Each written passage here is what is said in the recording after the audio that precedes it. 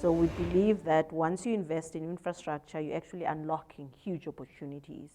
It doesn't make any sense to invest in a manufacturing plant without having the base in terms of infrastructure. In that regard, IDC, I think last year almost repositioned itself, where we have now a fully fledged industrial infrastructure strategic business unit that invests or support infrastructure investment, be it in the power, telecoms, logistics, and water. Perhaps water is a new approach of IDC. We think if we were complaining about the electricity challenge, you haven't touched on water. Water is going to be the biggest hindrance of economic growth in South Africa and perhaps the rest of the continent. In that regard, IDC has, outside South Africa, supported a wide range of infrastructure projects. I'll touch on some.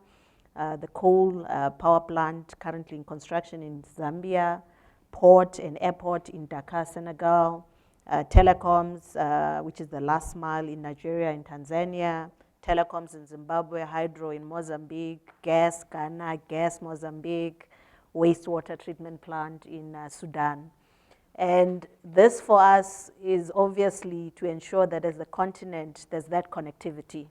For us, we want, I think as the IDC, obviously we invest with that with some selfishness in terms of making sure that the South African economy does have new opportunities in the rest of the continent. So by supporting all these investments, we're ensuring that South Africa can access new markets in the rest of the continent. We've partnered with PICC in Ethiopia. So that's another example where we want to access those new markets. It is not just for South Africa. We also take care of the host countries where we want to get inputs that we would use in our value addition, like the copper in Zambia, in terms of the cable manufacturing.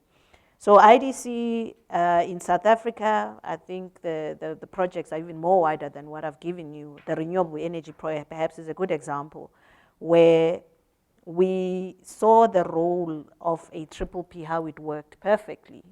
And as the IDC, we got involved quite early on. And that's something that perhaps we bring as a benefit in terms of infrastructure, where we party to the development. There is money available, but normally the challenge is really on early stage development. There's not much because there's risk, capital at risk, and not many funders are able to come in.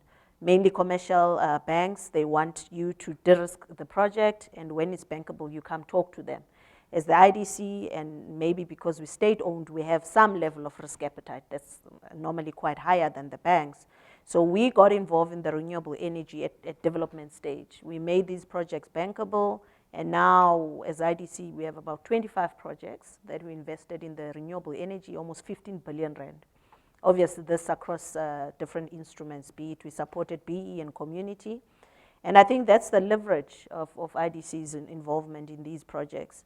There are constraints, and as I said, the fact that we're government-owned also makes us to be the intermediary between the private and the public sector, where we also now have a seat in terms of the whole PICC, I think it's the Presidential Infrastructure Coordination Committee, that is led by the President himself.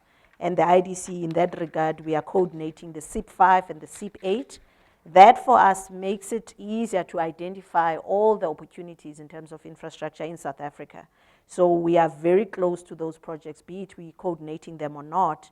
And in that regard, we identify opportunities quite early on.